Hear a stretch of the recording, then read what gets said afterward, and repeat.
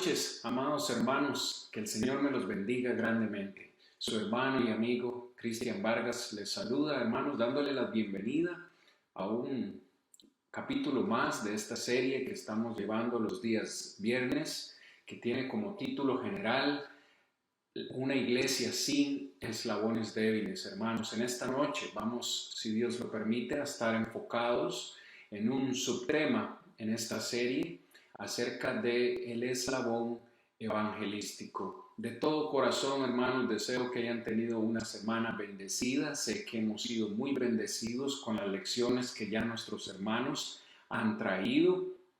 Y hermanos, estamos ya casi cerrando la segunda semana de meditaciones en esta gran labor, en este gran esfuerzo que varios hermanos estamos haciendo en este nuevo proyecto La Luz en mi Andar.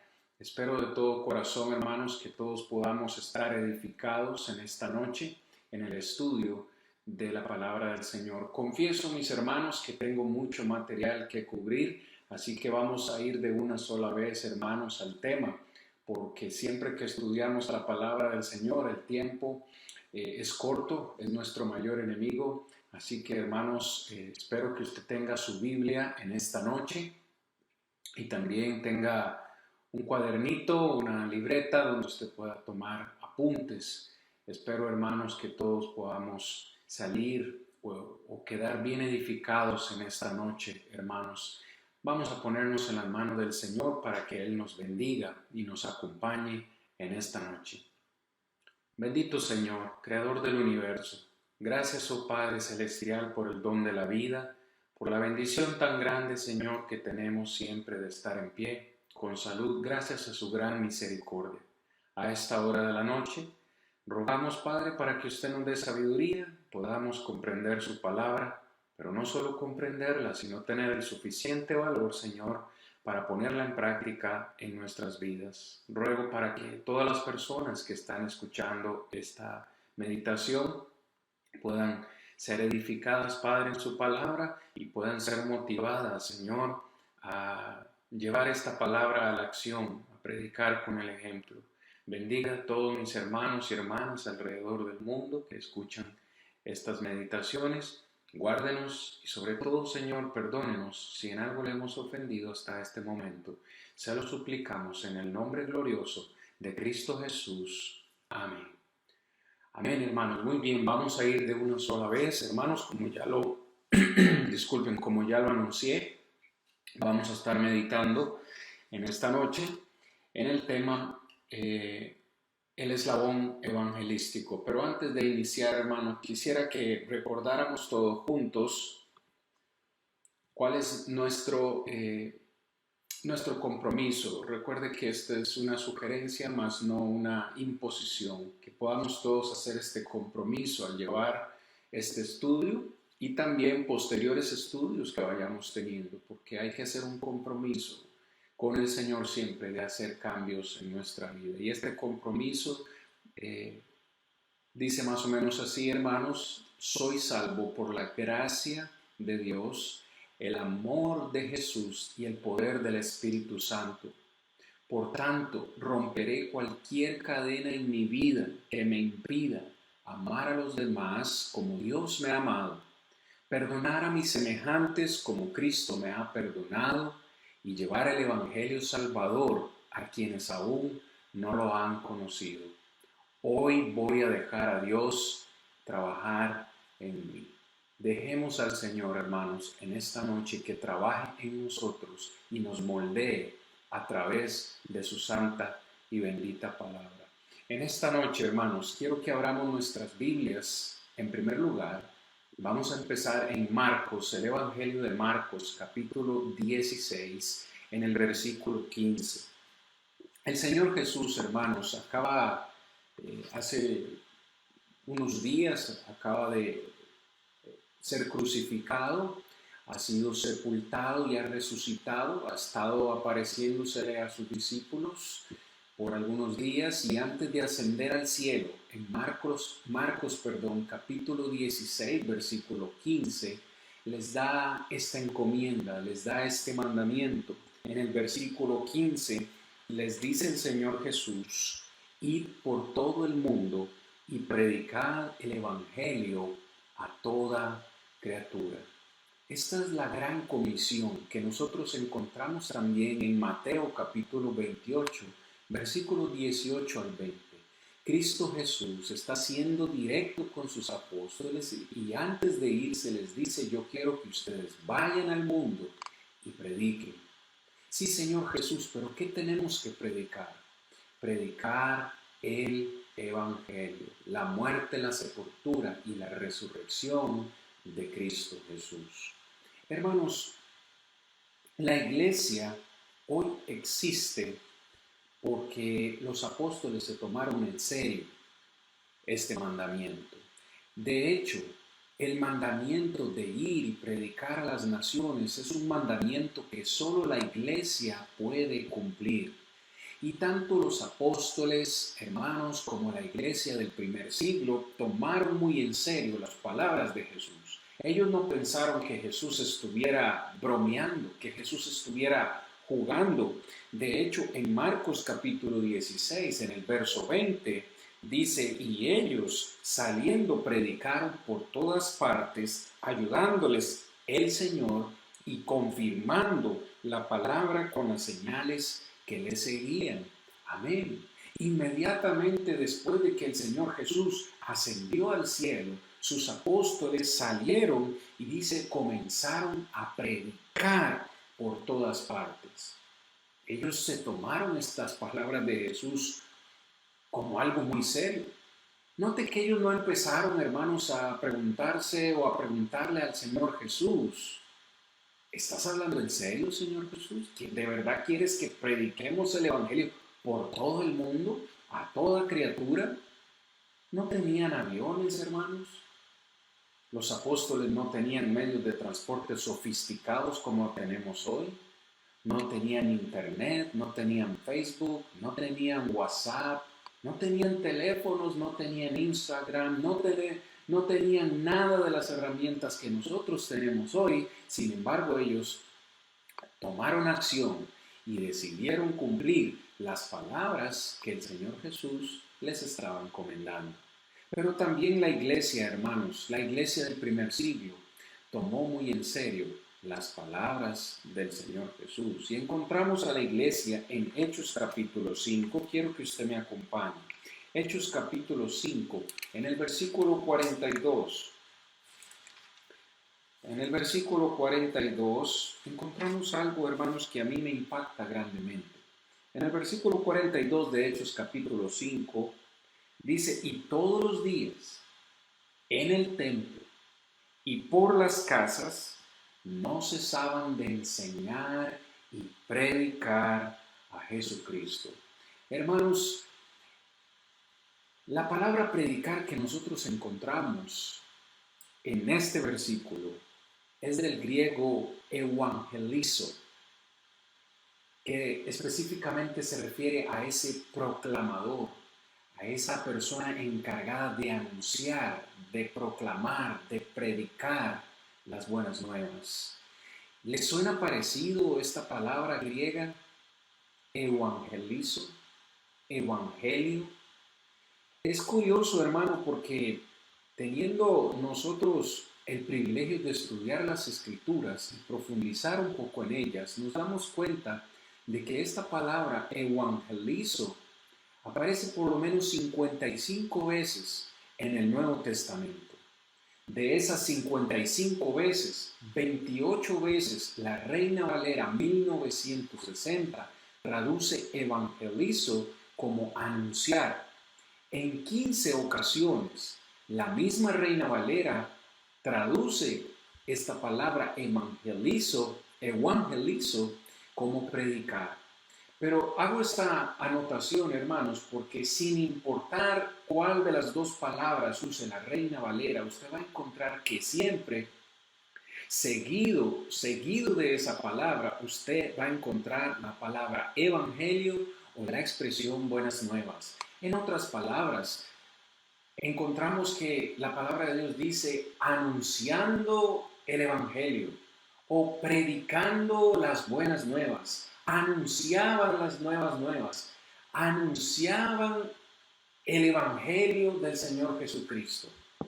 ¿Qué era lo que la iglesia del primer siglo predicaba? Sin cesar todos los días en el templo y por las casas, anunciaban el Evangelio.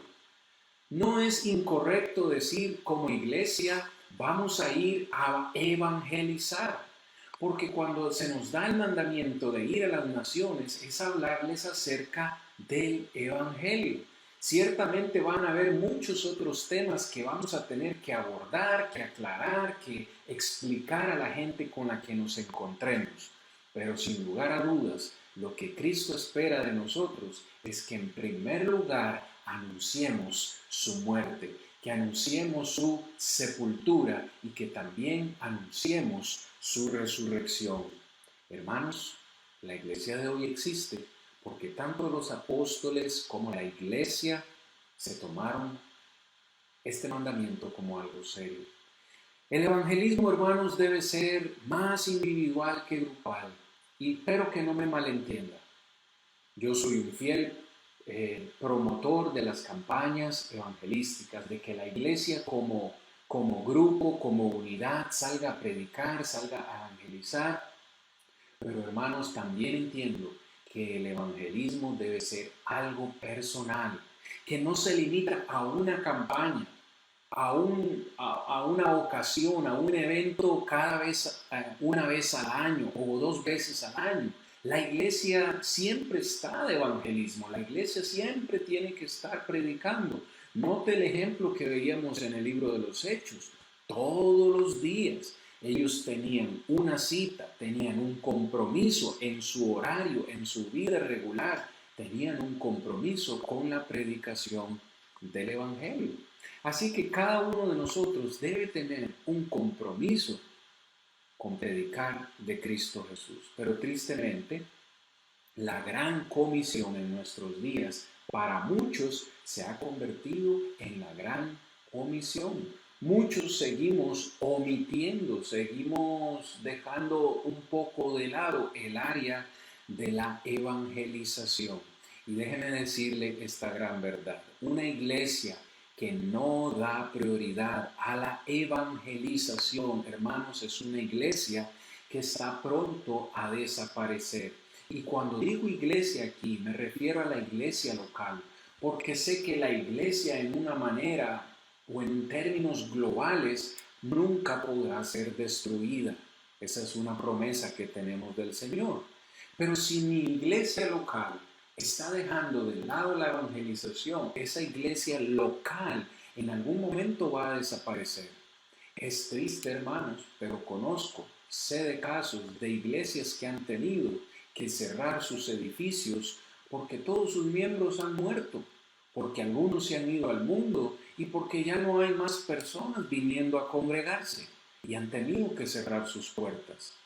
Tal vez usted conozca el caso también. Y esto sucede porque la iglesia ha perdido el interés, ha perdido el compromiso de la evangelización.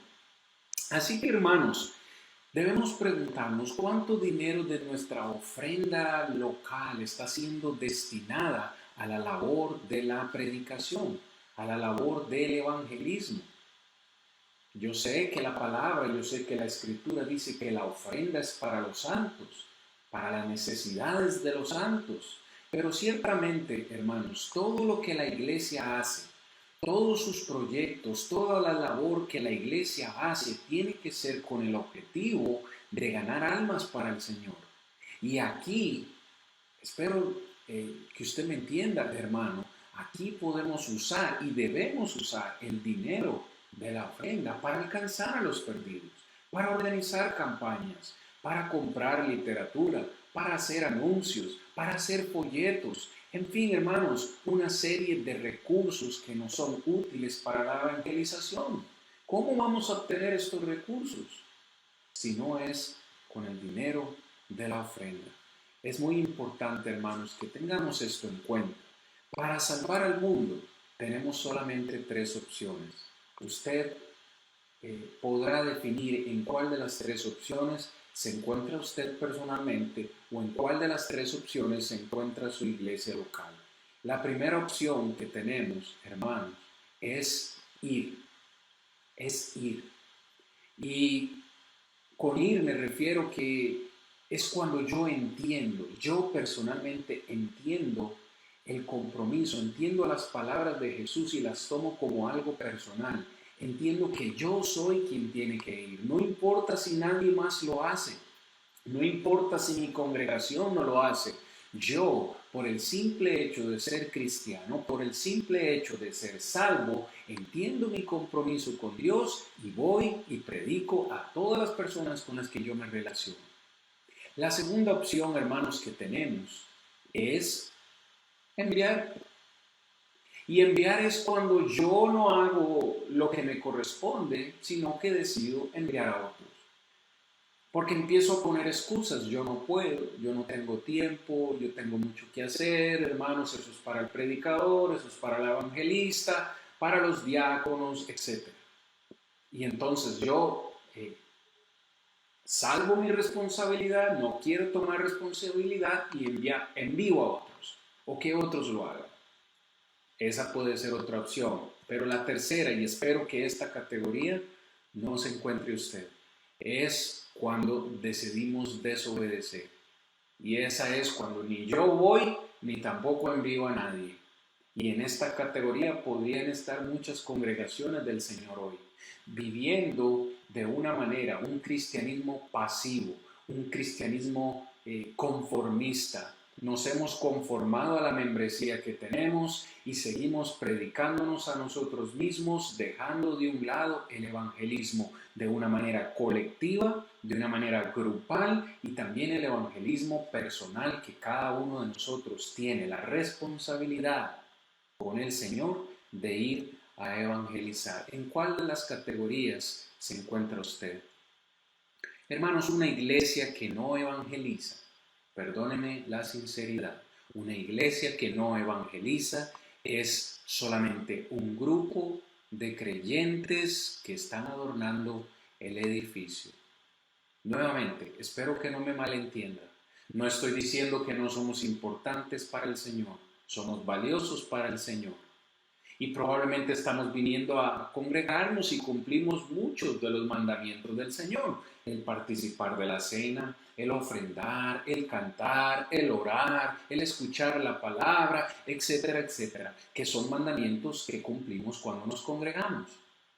Pero si realmente solamente ese es el objetivo que tenemos como iglesia, venir a adorar a Dios y luego irnos y nada más pasa, solamente estamos adornando el edificio, hermanos, una o dos veces por semana. Y tenemos que cambiar nuestra mentalidad si este es el caso. La evangelización, mis hermanos, la predicación de la palabra del Señor es un elemento esencial para la salvación. No hay otra forma en que los hombres puedan ser salvos. No hay otra forma en que la humanidad pueda ser salva. ¿Por qué digo esto, mis amados hermanos? Porque no hay un solo ejemplo en el Nuevo Testamento, no hay un solo ejemplo en el libro de los Hechos que nosotros podamos ver que un ser humano, una persona, haya sido salva sin que antes se le haya predicado el Evangelio. Para que alguien sea salvo, se le tuvo que haber predicado el Evangelio. Vea el caso de Pedro en Hechos capítulo 2, cómo su predicación hizo que 3,000 personas tomaran la decisión de obedecer el Evangelio. ¿Qué me dice acerca de Felipe y el eunuco en Hechos capítulo 8? Cómo Felipe tuvo que predicar al eunuco para que entendiera las escrituras y cuando él las entendió, finalmente obedeció. El mismo Saulo de Tarso en Hechos capítulo 9 tuvo que entrar a Damasco, escuchar la predicación de Ananías y finalmente tomar la decisión de ser bautizado después que escuchó el Evangelio. ¿Qué acerca de Pedro y de Cornelio? Pedro tuvo que predicar a Cornelio y a su familia en Hechos capítulo 10 y luego ellos fueron bautizados. Siguiendo, hermanos, ¿qué me dice de Lidia, la vendedora de púrpura? Tanto Pablo como Silas tuvieron que predicarle el Evangelio. en Hechos 16, y en ese mismo contexto encontramos al carcelero de Filipos, que en esa misma hora de la noche fue bautizado con su familia, después que Pablo le anunció el Evangelio, estando ahí en casa de él. También los corintios, hermanos, en Hechos capítulo 18, escucharon el Evangelio, y luego los 12 hombres en Éfeso, en Hechos capítulo 19. Y créame que la lista podría continuar, donde encontramos ejemplos de que las personas, para ser salvas, para ser convertidas, primero se les tuvo que predicar el Evangelio de nuestro Señor Jesucristo. Quiero compartir con ustedes un par de ejemplos en el Antiguo Testamento que podríamos, hermanos, adaptar a nuestro concepto, a lo que quiero transmitir en esta noche, porque es muy válido, hermano. Por ejemplo, en Ezequiel capítulo 33, versículo 1 al 7, que por cuestiones de tiempo no tenemos cómo desarrollar en detalle, en ese capítulo y en estos versículos encontramos la figura del atalaya. Como en aquellos tiempos el pueblo escogía un atalaya que usualmente era colocado en lo alto de los muros, y la misión de este atalaya era ser un vigía, un vigilante, estar siempre al pendiente cuando vinieran los enemigos. Y cuando el atalaya veía al enemigo venir con la espada, debía sonar su trompeta para que el pueblo estuviera alerta y se preparara. Y el contexto dice que si el atalaya sonaba su trompeta y el pueblo escuchando no se preparaba y alguien moría, el atalaya se salvaba de la sangre de estas personas porque había cumplido su labor. Sin embargo, si el atalaya veía venir el peligro, veía el enemigo y no sonaba su trompeta y el pueblo perecía, la sangre del pueblo iba a recaer sobre él. Y el Señor le dice a Ezequiel: te he puesto por atalaya de este pueblo. Sí que no es cierto, hermanos, que nosotros somos los atalayas de Dios en este tiempo. Hemos sido puestos para anunciar el peligro, para anunciar lo que viene, preparar a la gente para la venida del Señor. Si no lo hacemos, si constantemente nos estamos encontrando con personas y no les hablamos del Evangelio, la sangre de ellos vendrá sobre nosotros, porque hemos sido puestos como atalayas del Señor. Luego, en Segunda de Reyes, hermanos, que tampoco por cuestiones de tiempo puedo leer en detalle, en Segunda de Reyes capítulo 7, versículos 3 al 11, encontramos la historia acerca de unos leprosos, 4 leprosos que tenían miedo de entrar a la ciudad, porque en la ciudad de Samaria estaba el campamento de los sirios, y ellos estaban fuera, muertos de hambre, y en un momento ellos conversando se dicen: si nos quedamos aquí vamos a morir de hambre, y si entramos también corremos el peligro de que nos maten los sirios. ¿Qué vamos a hacer? Dicen ellos: pues entremos. De pronto, si perecemos, perecemos. Si vivimos, vivimos. Entremos a ver qué pasa. Para sorpresa de ellos, cuando entran, llegan al campamento, se encuentran en que no había nadie. Ya todos habían huido. El campamento estaba vacío. Y cuando ellos llegan, lo primero que hacen es comer. Cuando llegan a la tienda, lo primero que hacen es comer, beber, saciar su hambre, para luego darse cuenta de que también en el campamento habían dejado todos los tesoros, oro, plata, y ellos ese gran tesoro, dice, lo agarraron y lo escondieron. Pero quiero que vean el versículo 9, ellos por un momento recapacitaron. En Segunda de Reyes 7:9, ellos recapacitaron y se dijeron el uno al otro: no estamos haciendo bien, pues es día de buena nueva, y nosotros callamos. Si esperamos hasta el amanecer, nos alcanzará nuestra maldad. Vamos ahora, entremos y demos la nueva en casa del rey. Vinieron pues, dice el verso 10, y gritaron a los guardas de la puerta de la ciudad y declararon diciendo, nosotros fuimos al campamento de los sirios y aquí que no había allí nadie, ni voz de hombre, sino caballos atados, asnos también atados y el campamento intacto. Y los porteros gritaron y lo anunciaron dentro en el palacio del rey. Hermanos, encuentro una aplicación importante para nuestra vida. Nosotros hemos encontrado este gran tesoro, que es el Evangelio Salvador de nuestro Señor. Y no podemos esconderlo, no podemos callarlo. Tenemos que seguir el ejemplo de estos 4 leprosos. Ellos dijeron, no podemos callar, tenemos que compartir esta buena noticia. Y así lo hicieron. Eso, hermanos, es lo que la iglesia del Señor necesita hacer en estos días. Ir a los hambrientos del mundo. Hermano, allá afuera de nuestras congregaciones, ahí en el mundo hay personas, todavía hay personas deseosas de escuchar el Evangelio. Todavía hay gente deseosa de saber y conocer la verdad. Nosotros tenemos que ir a alimentarlos a ellos con la palabra del Señor, con este Evangelio Salvador. No podemos callarnos más. La predicación, mis amados hermanos, es tarea para los hijos de Dios. Si nosotros no lo hacemos, ¿quién más lo va a hacer? El Señor hubiera podido enviar a sus ángeles poderosos a la tierra a predicar el Evangelio para que la humanidad fuera salva. Sin embargo, no es tarea de los ángeles predicar. La tarea de la evangelización es tarea de los hijos de Dios, es tarea de la iglesia. No podemos ignorar este mandamiento. Una iglesia enferma. Hermanos, ¿será que nuestra iglesia está enferma? Y cuando digo iglesia, me refiero a nuestra congregación local. El crecimiento, mis amados hermanos, es un proceso natural. Piense que desde que nacemos comenzamos a crecer. Es un crecimiento natural que es producto de una buena alimentación.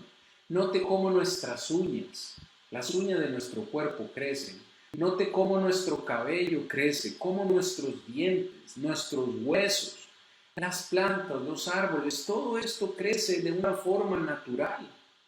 Yo estoy seguro que una madre, un padre, que tiene un hijo de 10 años y nomás ha crecido 40 centímetros de estatura, no espera que ese niño llegue a 10 años de edad para llevarlo al médico, para ver qué es lo que está sucediendo, por qué mi hijo no crece. Definitivamente hay un problema.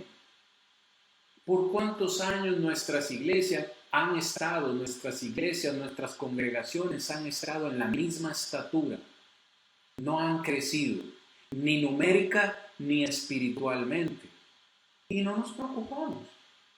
Lo dejamos pasar, lo obviamos. Necesitamos ir al médico, hermanos, si ese es el caso. Si su congregación local, si nuestras congregaciones locales no están creciendo, hay algo que necesita ser modificado. Ese algo no puede ser la doctrina. La doctrina es inviolable. No podemos cambiar la doctrina para adaptar una doctrina que a la gente le guste y que la iglesia se llene. No, la iglesia no puede ser la doctrina no puede ser modificada. Pero sí que necesitamos, personalmente creo, necesitamos modificar otras áreas, enamorarnos más del evangelismo, mis amados hermanos. Una iglesia que no crece, entonces es una iglesia que probablemente está enferma y necesita ir al médico. Preguntémonos, hermanos, ¿cuánto ha crecido mi congregación en el último año? ¿Cuánto ha crecido mi iglesia en el último año? Preguntémonos también, ¿cuánto he ganado yo? ¿Cuántos he ganado yo para la eternidad? ¿A cuántos de mis familiares, amigos, vecinos, ¿a cuántos les he comentado, les he hablado acerca del Evangelio? Esa es realmente la pregunta que tenemos que hacernos. Porque no se trata acerca de cuánta gente obedece, sino a cuántos estamos enviando, a cuántos les estamos hablando. Créame, mi hermano, mi amigo, el Señor no nos va a preguntar el día del juicio final a cuántos bautizamos, a cuántos convertimos.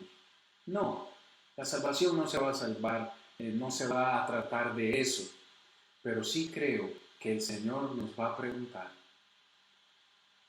a cuántos le hablamos, a cuántos les anunciamos el Evangelio, qué tan serio nos tomamos nosotros este mandamiento. Perdone que sea tan repetitivo, sé que lo he dicho ya varias veces, pero la iglesia existe hoy porque nuestros hermanos del primer siglo y los apóstoles se tomaron muy en serio este mandamiento y se dedicaron, se esforzaron, dieron aún hasta su vida por defender su título de cristianos, por anunciar de Cristo, iban a las cárceles e iban hasta la muerte. Y por eso la iglesia está en existencia hoy. Note el proceso lógico del cual el apóstol Pablo nos habla en Romanos capítulo 10, versículos 13 en adelante. Si quiere usted leer conmigo, por favor, hermanos, en Romanos capítulo 10, versículos 13 hasta el 15. La palabra del Señor dice así: porque todo aquel que invocare el nombre del Señor será salvo. Sí, pero dice Pablo, ¿cómo pues invocarán estas personas a aquel en el cual no han creído? ¿Y cómo creerán en aquel de quien no han oído? ¿Y cómo oirán sin haber quien les predique? ¿Y cómo predicarán si no fueren enviados? Como está escrito, cuán hermosos son los pies de los que anuncian la paz, de los que anuncian buenas nuevas. Nosotros vemos cómo el apóstol Pablo en cuatro simples preguntas nos expresa el orden lógico de esto. Véalo de esta forma: hay muchas personas allá afuera que necesitan ser salvas o que necesitan invocar el nombre del Señor Jesucristo. Pero estas personas que están allá afuera, ¿cómo van a obedecer a quien no han creído? Porque ¿cómo van ellos a creer si no hay quien haya ido? Si no, ¿cómo van a oír si no hay quien les predique? ¿Y cómo van a predicar si no hay nadie que haya sido enviado o que haya tomado la decisión de ir? Es un orden lógico el que el apóstol Pablo dice. Hay personas ahí afuera que necesitan ser salvas, pero para que sean salvas, la iglesia tiene que enviar personas. Tienen que haber personas entregadas a la predicación para que estas personas puedan oír, puedan creer y puedan finalmente obedecer ese mensaje. Es una labor que la iglesia necesita hacer. Y Pablo entendió muy bien su compromiso con este mandamiento. Como muestra de lo que estoy diciendo, en 1 Corintios 9, 16, el apóstol Pablo dice: ay de mí si no anunciare el evangelio del Señor. Y ay de nosotros, ay de nosotros si no anunciamos el evangelio del Señor. Es una labor que necesitamos hacer. Quiero compartir otro caso, hermanos, otro ejemplo del cual quiero hacer una pequeña ilustración. En Marcos capítulo 1, verso 45, si usted gusta acompañarme. En Marcos capítulo 1, versículo 45, nuestro Señor Jesús acaba de dar sanidad a un hombre leproso.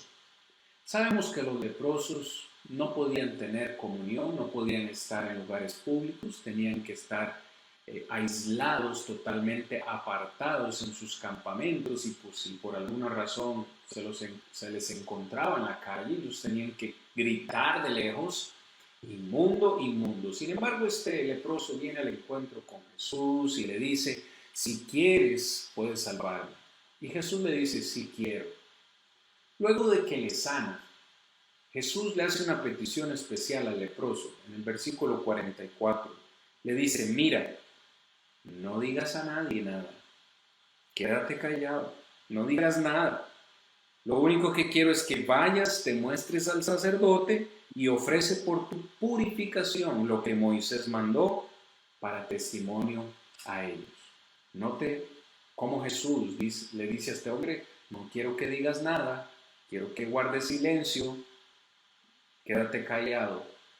Pero este hombre en el verso 45 dice que cuando se fue, comenzó a publicar mucho y a divulgar el hecho, de manera que ya Jesús no podía entrar abiertamente en la ciudad, sino que se quedaba fuera en los lugares desiertos y venían a él de todas partes. Imagínese usted, fue tan grande la misericordia que este hombre recibió de parte de Jesús, que él dijo: yo no puedo quedarme callado.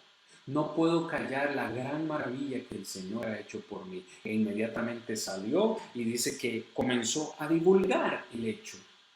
Como un dato curioso, antes de la sanación, quien no podía estar en la ciudad era el leproso, y Jesús sí. Ahora que ha sido sano, Jesús no puede estar en la ciudad, tiene que estar apartado, y él sí.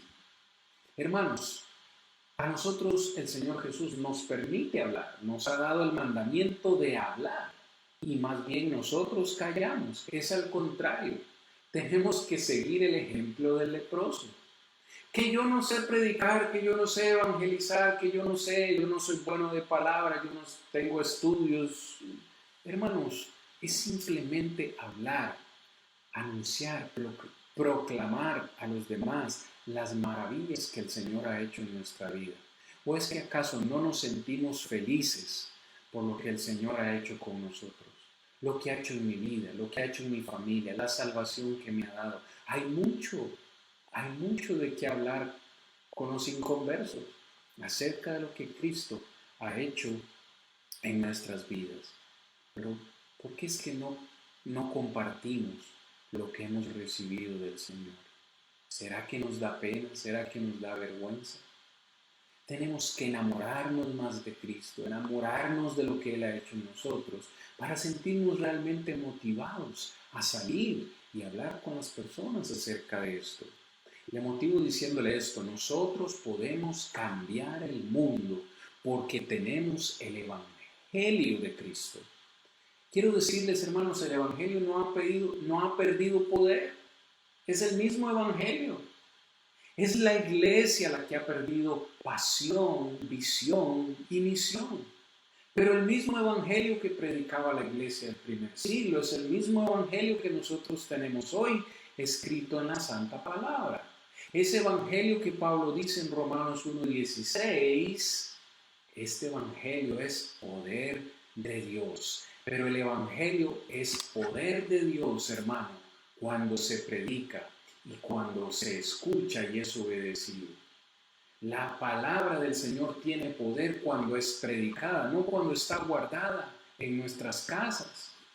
El Evangelio adquiere poder cuando es predicado con pasión y las personas lo escuchan. Y ahí es cuando ese Evangelio actúa en el corazón de las personas y los lleva a tomar una decisión de obedecer al Señor. Pero no podemos convertir a las personas quedándonos en casa o con la Biblia guardada todo el tiempo. Mis amados hermanos, tenemos que tomar acción y empezar a valorar más el eslabón evangelístico, porque cuando predicamos el Evangelio, botamos las cadenas de la falsa religiosidad. Cuando predicamos, hermanos, la palabra de Dios, estas cadenas de la falsa religiosidad caen. El Señor Jesús lo dijo en Juan capítulo 8. versículo 30 en adelante. Y conoceréis la verdad, verso 32, y la verdad os hará libres, libres de cualquier cadena, libres de esos pensamientos de que porque estoy en esta religión voy a ser salvo, o que porque esta tradición la he seguido por años. Esas cadenas nos tienen en esclavitud, la esclavitud del pecado. Pero cuando anunciamos el Evangelio, cuando lo prediquemos, esas cadenas van a caer. Mis amados hermanos, esta es una tarea, esta es una labor que solamente los hijos de Dios pueden desempeñar. Es una labor que solo nosotros podemos hacer. Los que hemos sido salvos por gracia, tenemos que dar de gracia lo que hemos recibido. Piénselo de esta forma, haciendo también una comparación a lo que vivimos hoy en día. Hoy, muchos científicos están trabajando para conseguir una vacuna que pueda ser administrada contra el coronavirus. Y muchos ya están trabajando y muchos están esperando que esta vacuna pueda ser desarrollada y pueda empezar a ser distribuida. La humanidad ha sufrido una terrible enfermedad desde hace siglos atrás, y esta enfermedad se llama pecado. La paga del pecado es muerte, dice Romanos 6:23. Y este pecado me separa de Dios, me destituye de la presencia de Dios. Romanos 3:23 e Isaías capítulo 59, versículos 1 y 2. El pecado me separa de Dios. El pecado es una enfermedad, una lepra. Pero Dios mismo nos ha proveído, nos ha provisto, hermanos, la cura para el pecado. Y usted y yo tenemos ese antídoto en nuestras manos. Ese antídoto se llama Evangelio. Ese antídoto se llama Cristo Jesús. La paga del pecado es muerte, mas la dádiva, el regalo de Dios es vida eterna en Cristo Jesús, Señor nuestro. Si yo sé que mi vecino, mis familiares y las personas con las que me relaciono están enfermas de pecado, y yo sabiendo cuál es la cura, no se los comparto, ¿no me convertiría eso en un homicida? Saber yo cuál es la cura de una enfermedad y no compartir ese dato sería un crimen, ¿sí o no? Pensemos en esto. Tenemos que salir a evangelizar. Salgamos de las cuatro paredes del edificio. Dejemos de predicarnos a nosotros mismos y salgamos a predicar a aquellos que están enfermos, a aquellos que aún no conocen la verdad del Señor. Espero que esta meditación haya sido de gran ayuda para su vida espiritual. Quisiera terminar en esta noche, hermano, amigo, por supuesto, como ya lo anuncié, con el reto de la semana. Porque probablemente usted ahorita esté pensando, bueno, estamos en cuarentena, no podemos salir, quisiera cumplir ahora la tarea que el Señor me ha encomendado. ¿Qué puedo hacer? ¿Qué puedo hacer si tampoco he ido a una escuela bíblica, no tengo conocimiento, no soy... Muchos peros pueden salir ahorita, pero el reto de la semana que le quiero dejar, o que quiero que todos practiquemos, todos, es este. Quiero que en primer lugar, hermanos, hagamos una lista de las personas, y cuando digo personas me refiero familia, amigos, vecinos, compañeros de trabajo a los cuales a usted les gustaría predicar el Evangelio. Haga una lista en un cuaderno, en una hoja, donde a usted le sea mejor.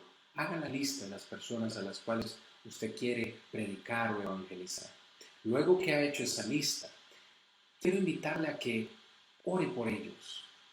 No sé si 1 o 2 días, usted sabrá el tiempo. Ore por ellos fervientemente para que Dios les toque el corazón, les abra el corazón, les abra la mente y el entendimiento, para que lo que usted les vaya a decir les llegue a lo más profundo. Oremos por ellos. Una vez que hemos orado por ellos, vamos a llamarlos, vamos a contactarlos. sea por teléfono, sea por WhatsApp, por Facebook, por cualquier otro medio. Y una vez que los llamemos, compartámosles un versículo de la Escritura. Hagámosles saber a ellos que tanto nosotros como el Creador, el Padre Celestial, les ama de todo corazón. Y en nuestra conversación con ellos, invitémoslos a que sigan esta página, La Luz en mi Andar, donde estamos predicando la palabra del Señor. Invítelos a seguir esta página para que ellos puedan alimentarse de estos estudios. Invítelos a asistir a su congregación cuando toda esta situación sea resuelta finalmente. Este es el reto que quiero que trabajemos en esta semana.